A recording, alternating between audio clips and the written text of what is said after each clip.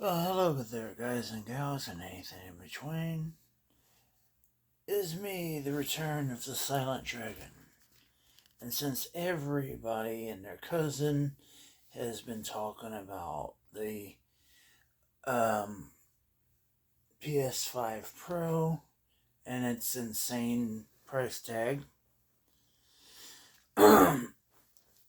they've also been saying how much the uh, I guess it's a microchip that die or whatever, how that being slightly bigger or slightly better is actually one of the main reasons why the console's more expensive, which, yeah, I can kind of get that.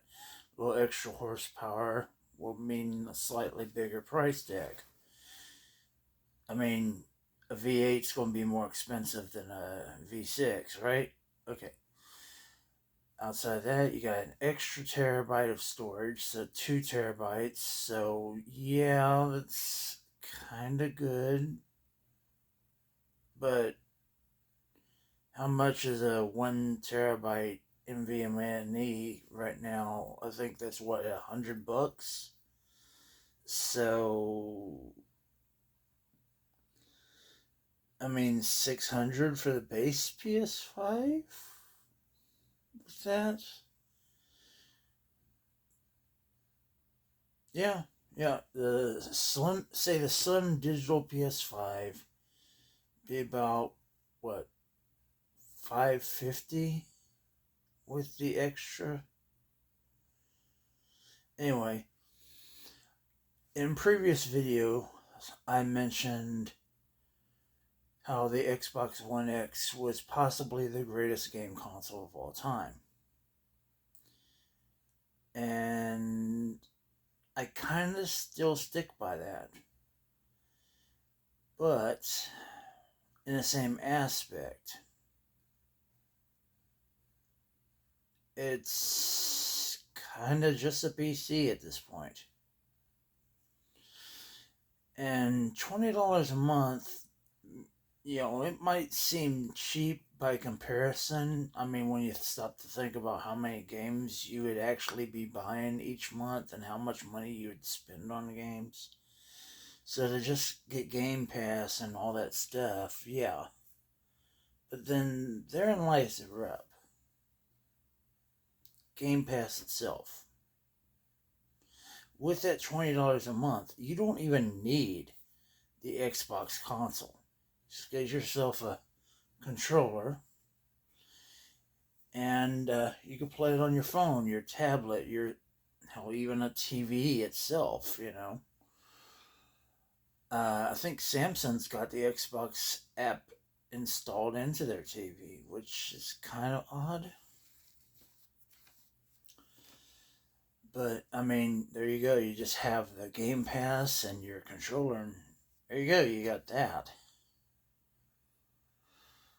Now, I will say this much. Um, I currently don't have a PS5. I came into some hard times, which is probably why you notice I'm using my phone to record this. Hopefully, it turns out well. You see, I'm in the cabin here, and not quite everything is up to snuff. Check out the crazy ceiling here. So, yeah, I haven't been doing too well, but I mean, I guess shed life isn't so bad. Anyway, but about the PS5 Pro, let's get to the white elephant in the room here. Uh, do I believe it's worth the $700 price tag and 700 and what is it, like $80 for the this drive? No, I do not believe it's worth $800 in total. No. Now, if you don't have a PS5 and you're wanting to get a new one, then yeah, I'd probably recommend it.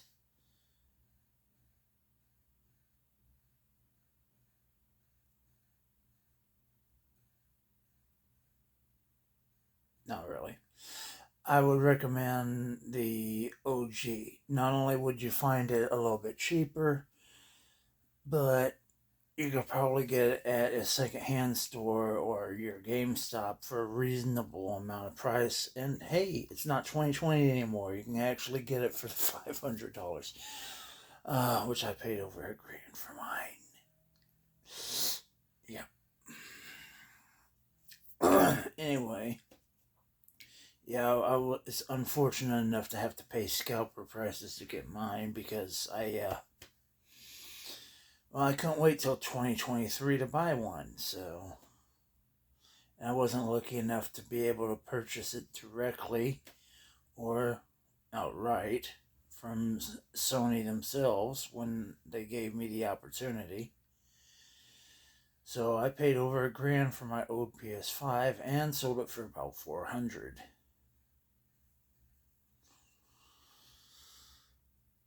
Do I regret that? I should have just kept the damn thing. Anyway, so I currently have a TV. I think it's 2K, like 1200 by 800. I don't know the numbers on this. The Xbox One X that I tried to get did not work. I don't know if it was the TV or the console, but my TV is a little bit wobbly because, well, it's not on the best of platforms here. And this thing right here, this fan thing, I don't know if y'all can see that or not. This was supposed to hold my laptop and keep it cool, but the 5 fans probably have magnets in there, which is probably going to screw up the TV a little bit. And so, yeah, and of course the TV's from a pawn shop too, so go figure that, you know. I'll probably end up getting a brand new one later on during the Black Friday sale, because, you know, they're cheap then. Well, cheaper.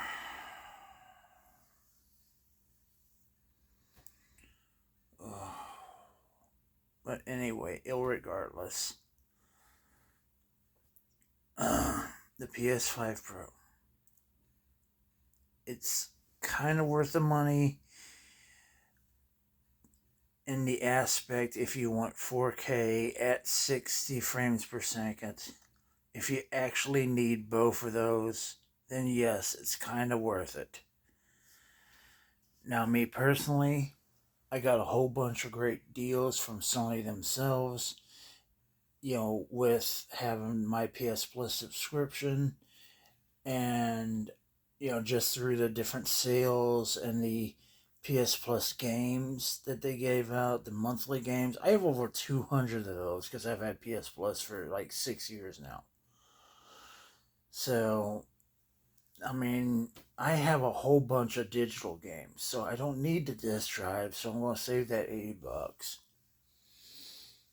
Probably spend it on a better quality stand so I can lay it horizontally. But the thing is that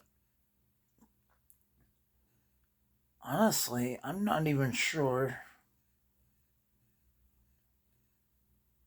if I even need one. And I might just get the Slim. Save a little bit of money. Maybe get the one with the disc drive that's 500. I don't know. But the thing about that is when you stop to think about it, when you play, and here's again one of the reasons why the Xbox One X is still possibly one of the greatest systems of all time. Yes, it can only do 30 frames per second on 4K. Sometimes it does 60 or 50, but it's unstable at best. And it does do native 4K in some games. But everybody's been playing at 1080p on the PlayStation 5. Yes, they're doing that to get the higher frame rates, but they're still playing in 1080p. 2024, they're playing in 1080p. Now think about that for a second. It just goes to show you that you don't need 4K or potential 8K. You don't need the high resolutions when it comes to gaming. The Xbox Series S, it does 1440p, which I would was what I was using my PS5 on, the happy medium there. And I mean, you can get good frame rates on that too. But the thing is you play in 1080p on a PS5. Yes, you're getting more frame rates, but it's still 1080p. I mean, does HDR really make that much of a difference? Okay, 1080p on the Xbox One X and 1080p on a PS5. To me, I don't see a significant enough difference to justify the extra costs. So, after I get my new TV from Walmart, I know, at Walmart. Anyway, I mean, my Dr. Thunder's pretty good. Please, Walmart, sponsor my channel. I spend enough damn money from y'all. At y'all's place. Anyway, so once I get my new 4K TV, yes, I know I'm probably going to be playing in 1080p anyway. But once I get my 4K TV, and I do like to play my games in 4K, I don't give a damn about the FPS, because I play games at a slower pace anyway. Games that don't require it, like the 2018 God of War. I know it's a third-person action adventure, Sony's bread and butter. It's like every other game they make. But the thing is that games like Dragon Quest, for example, turn-based games, Persona 5, and Persona 3 Reloaded, which I will be getting, by the way, because that game's going to be awesome. I love Persona 3. I already have the OG Persona 3 that was remastered. It doesn't look remastered to me. But anyway, I absolutely love it. It's great. Not too keen on the music on it, but I mean it. But anyway, it's a great game, okay? And I can't wait to get the remake of it. Dragon Quest, like I said, I had been playing that. What was it, Dragon Quest 11? And that game is awesome. And it's turn based, so why do I need the high frame rate? No, I just need it to look good. So I'll be playing that in 4K. And of course, I got my Pixel games. I mean, 4K 1080p, that's not going to make no difference for either way. And it's Pixel, you could play that at 25 frames per second. It's still going to run just smooth as butter. It's a turn-based game. Have y'all seen the games I've been playing? Have y'all actually been watching? I don't play games that require me to be super fast, and I can make the 30 FPS work, If I do play an action game, I usually do it stealthy anyway. Sniper rifle, or lurking in the shadows, slicing somebody from the back. I mean, Silent Dragon, hello. Anyway. So, I just wanted to get on, talk to y'all about that, give my hot take on the PS5 Pro and why it's actually irrelevant. And oh yeah, did I mention 2 more years we're going to get PS6? So yeah, go ahead and throw your money away on the PS5. Yeah, spend that money on the PS5 Pro when the PS6 is just around the corner. Now, do I actually think it'll be out in 2 years? Could be. Could be seen in 2026. We will more likely than not see it in 2028. I mean, I probably won't get it until 2029 anyway, due to the setbacks I've had. If it will play PS4, PS5, and PS6, then yeah, it's a definite pickup to have the 3 generations on there. But if Sony becomes, the next Apple, basically, which they kind of are anyway, if they give us a console that is $1,000 machine, which I would not be surprised if it was, the PS6 coming out at $1,000, digital only, because to hell with you, to hell with game preservation. If they come out with that, it's probably going, more likely than not, because Sony's mimicked Nintendo in the past, it might be a hybrid console, in which case, to hell with all your old games.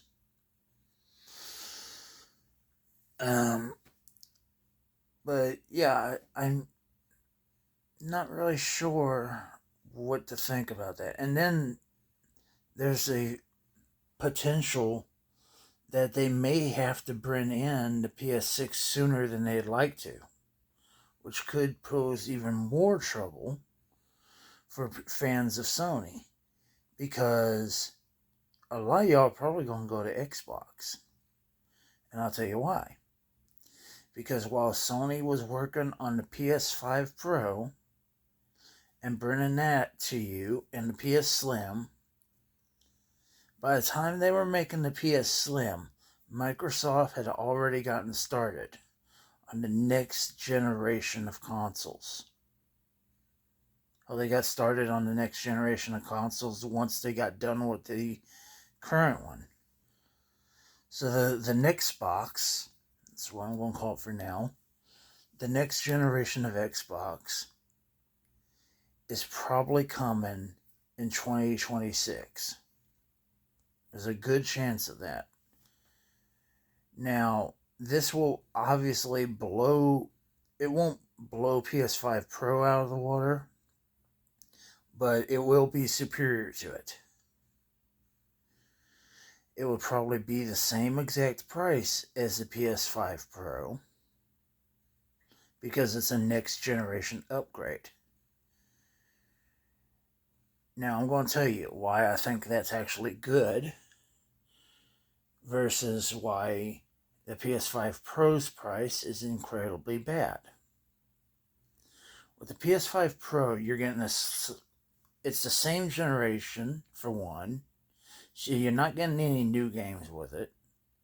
And two, it's a slight increase in what was already there. And it's not worth the extra $200 or $300 if you want a disk drive. It's not worth that. And on a computer, it'd be significantly cheaper just to replace the graphics card of the processor. Now, do I think it would be a $200 upgrade or less? No. Probably costs you a lot more, but it's effectively the same difference. And then, okay, I know I'm older than dirt, but I can't possibly be the only one that's over here like, hey, who cares about the CMOS battery? It's not a new thing. Sega did it first. Just like everything else, Sega did it first. I'm sorry, you know, I mean, everybody was, so happy in, what was it, 2003, 2004, when Nintendo finally had a backlit colored screen on their portable handheld. Oh, guess what? We had that in 1990 with the Game Gear. Oops. Sega did what Nintendo don't. Yes, it ate up a lot of batteries, but I mean, just get yourself a damn wall charger. I mean, it's not like you could literally. It's not like you take it anywhere with you anyway. Just lay down on your bed to play it, like a normal person. You take any game console outside. You take anything like a phone or whatever outside. The sun's going to ruin the screen. It's going to get color saturation. Okay. You try taking a game console outside, like what, to a library, to an office, or whatever. You're gonna need to plug in some headphones, and then you're not gonna be able to hear anything around you. So, like when you're called into the doctor's office, you're not gonna know. So, yeah, it's kind of pointless. And then they're gonna have you shut it off when you're on an airplane anyway. So, I mean, it's just completely pointless. Anyway, but yeah, and the Sega Saturn, which came out in 1996, I believe, 97 in the US, it had a little compartment that you open up and you could replace the CMOS battery in there. And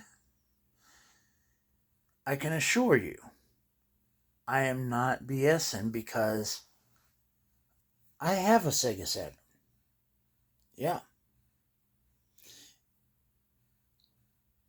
It looks like crap. And because I don't have a CRT, it plays like crap. But I mean, it is a 2D powerhouse. I mean, if they'd focused on that instead of the polygon revolution and whatnot, then yeah, it would have been awesome. And it was arcade perfect. Any fighting game was great on there. You're into Street Fighter, Sega Saturn was your jam. Okay? But anyway, so the CMOS battery, yes, getting to it is nice because, it kind of future proofs the system, but not really. And I'll get into that in a moment. But with the potential of Microsoft coming out with the next generation console early, it could force the PS5's lifespan to be somewhat shorter. And there is also a slight problem with the fact that the PS5, I mean, we're still getting PS4 games. Come on. And they release a PS5 Pro.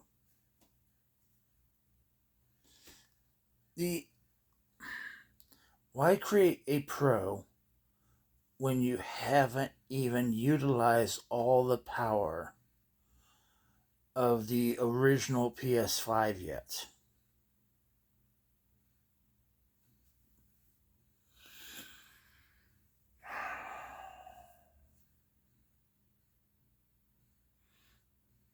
Okay, get this no.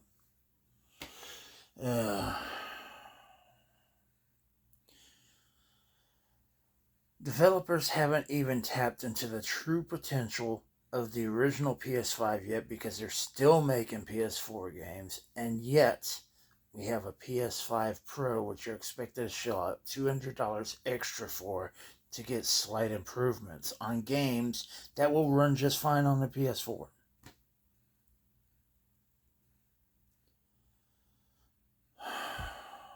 You know that joke about the movie Idiocracy going from a comedy to a documentary? Yep. Sony's proving that right. Anyway, but yet people are still buying it when there's no point in the system whatsoever. Technically, the PS5 shouldn't exist. The PS5 should be releasing now.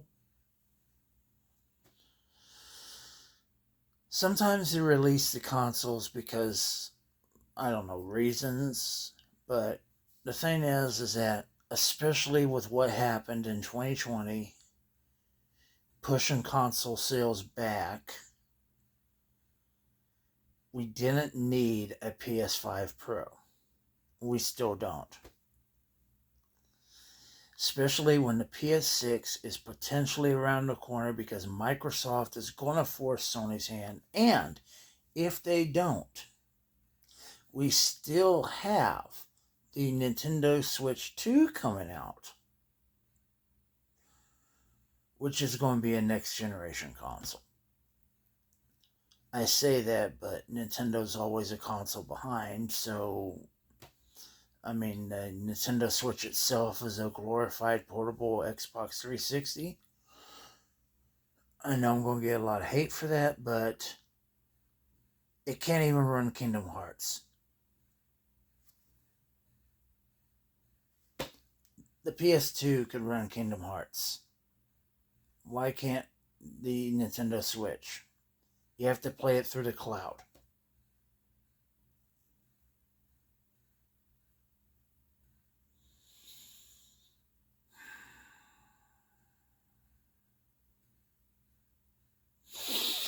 Anyway, I'm going on a bit of a rant here. I know, I'm sorry. But it's been so long since I chatted with you guys. I know I'm going to get all kinds of hell in the comments. But for the most part, I don't care. There's a reason I don't show up on YouTube too often. But again, so, alright, let's go back to game preservation for a moment. Now, why do I think having the CMOS battery accessible, which if you're really, really into game preservation, you're going to find a way. Okay, but the thing is,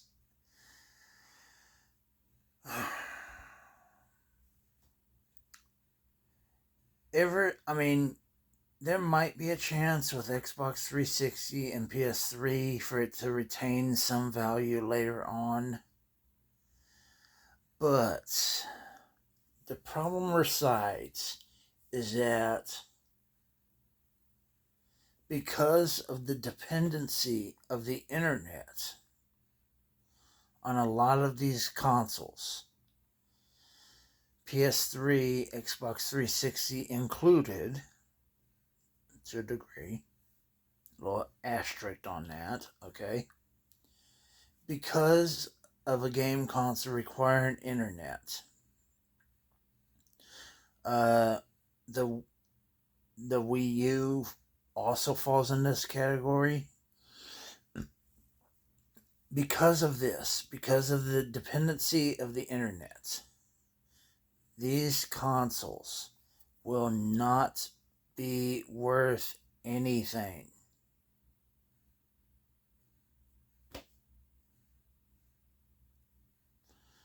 You cannot collect for these because you cannot collect for a console that will have nothing for it to collect. Now, I'm going to go into a little detail here. I know it's a long video already. I'm sorry. Okay, what I mean by that is simply this. Most of the games from the Xbox 360 era onward require digital download. They require updates, patches, okay? All this other stuff. Whereas in previous generations, PS2 and before, when a game came out, you got the game. Okay, you got the whole game. So if you were to buy, okay, for example, Fallout 3. I mean, it's not the greatest game of all time. It's one of my favorites. Fallout New Vegas is another one. Okay, both the games can potentially be played on the current consoles, okay? However, the thing that made those games worth playing, especially New Vegas, was the DLC, okay? Having that DLC not available to you means the game is basically worthless. I mean, you could still play the vanilla version with all its bugs and splendor and game breaking bugs at that, without any DLC, without the Lonesome Road, without the Old World Blues, all that stuff. You could potentially play that. You can get a 360 right now. You can play those games. You might even be able to play the DLC on the 360 version. I don't know if you could do it with the PS3, but there's a good chance. But the thing is even if you got that DLC, which I think you can on the Xbox 360,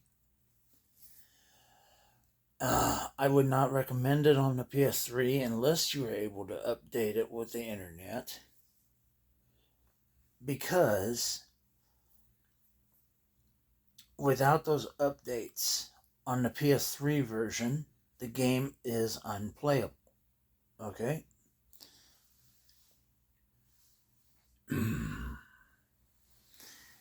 And, I mean, Fallout 3 was a hot mess, completely broken. Everybody complained about how Cyberpunk was.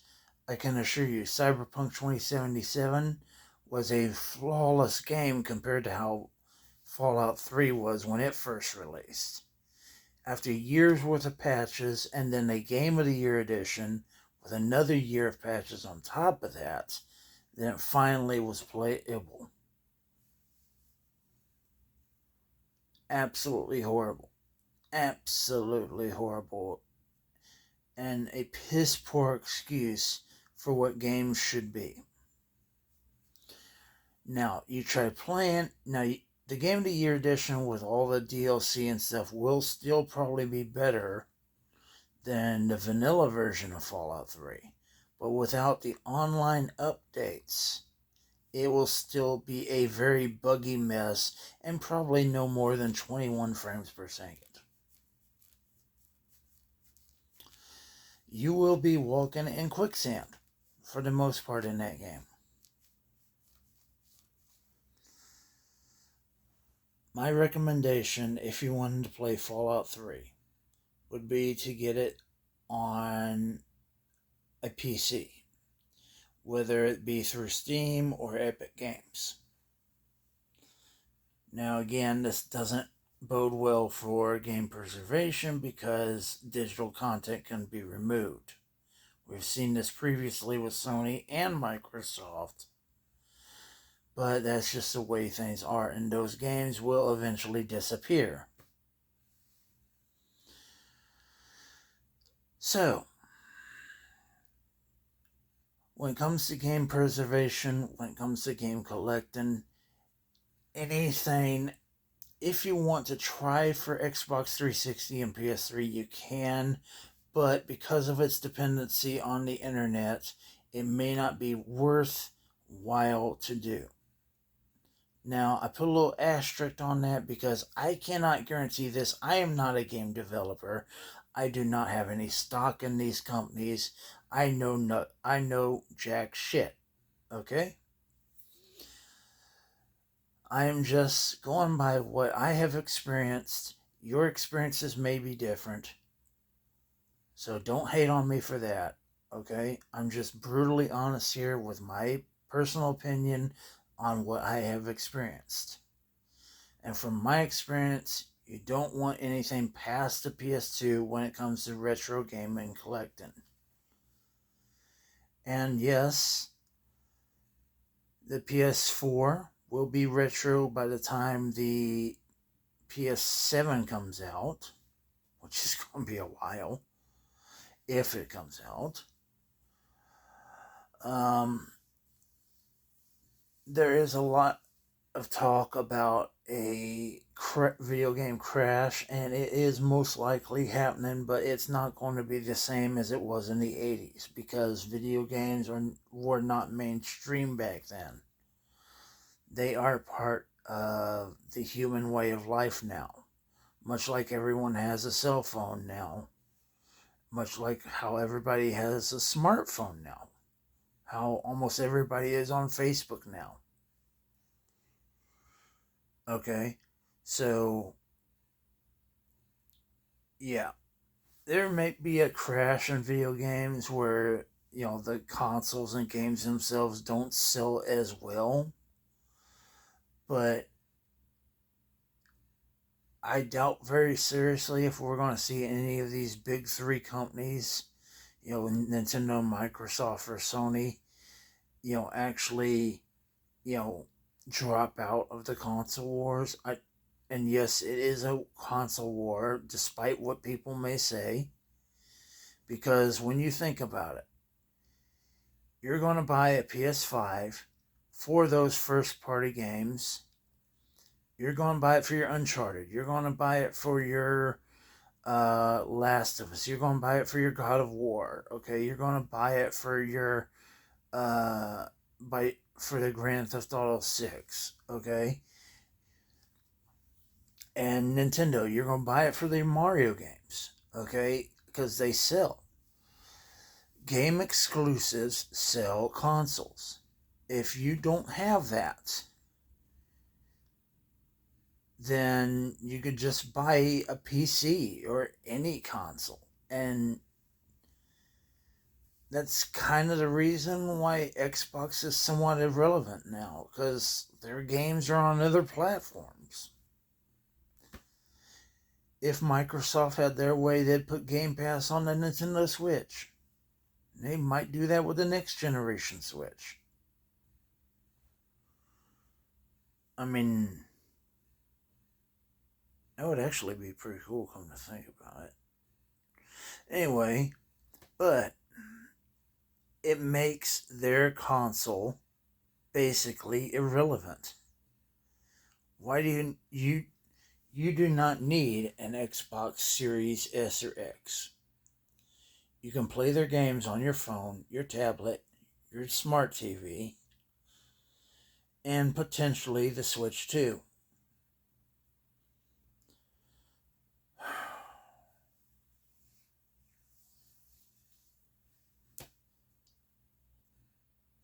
Now, what I would like to see in future games or future hardware is kind of a, you know, kind of like how it was back in the day when you had the attachments.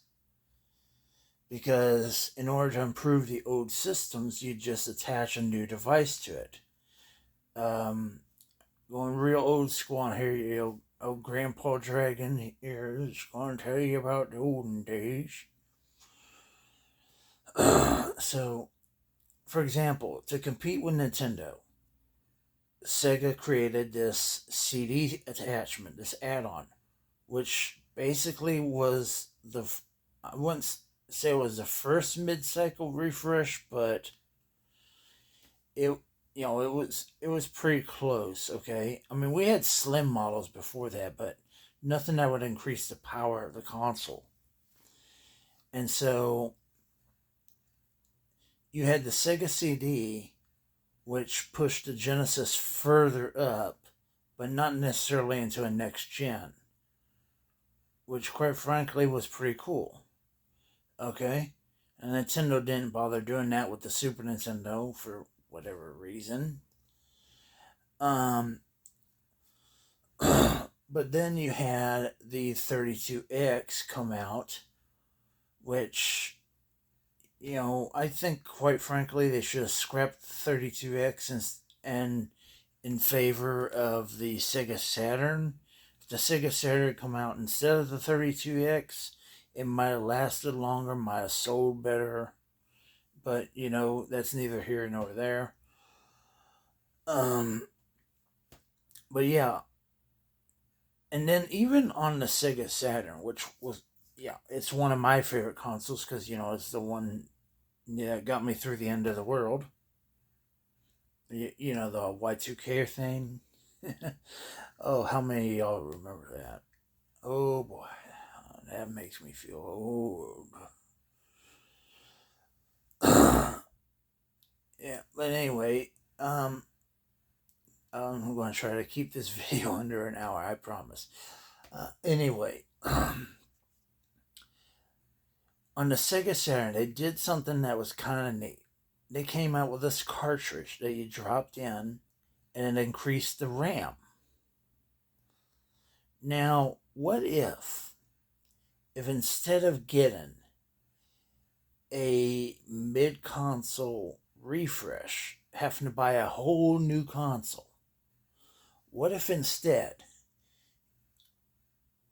you can just buy a brand new graphics card or more RAM and just swap out what's inside the console? Maybe they have a compartment where you just pull it out and then pop in the fresh one like a cartridge, and just update it that way. Maybe spend $200-$300 on it. Okay, I mean, it's got to be relative cost, but they don't have to go insane with it. That would be really cool. Now I hope that actually happens, but yeah, I doubt very seriously if that's going to happen, because the concept of the console is plug and play, or at least it was. But I mean, the console's supposed to be simpler than a PC, so making it more like a PC by having these upgradable parts, no, that don't make no kind of sense.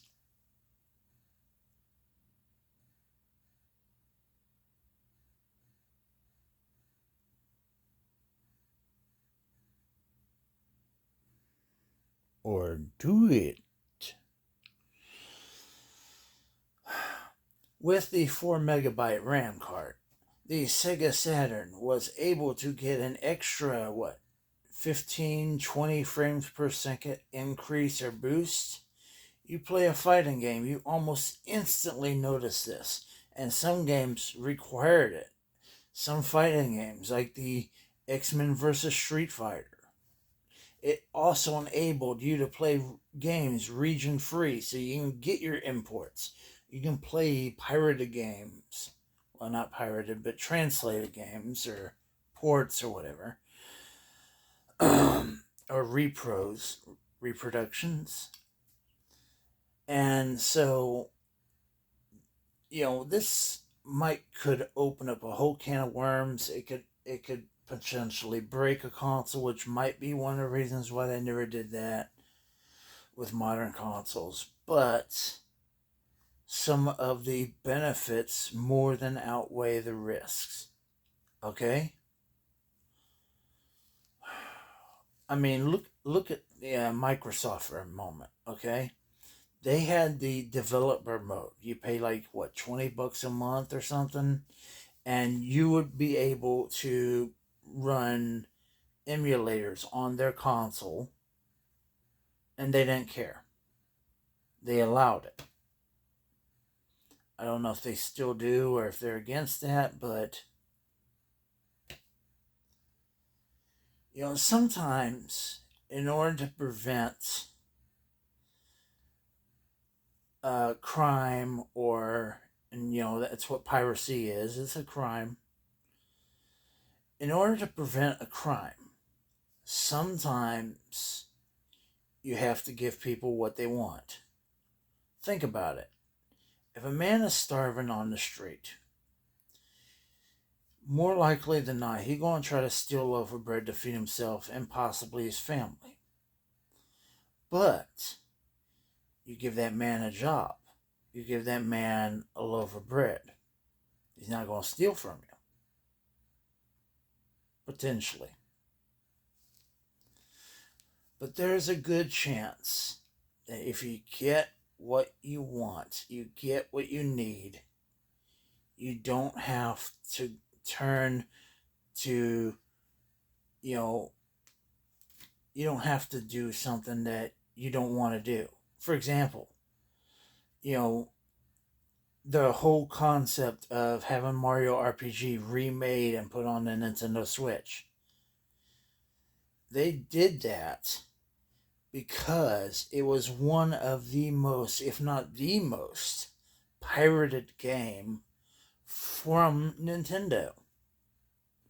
And guess what? People actually are buying that game. Because, fun fact, you give people the games that they want, they're going to buy them. What a crazy concept.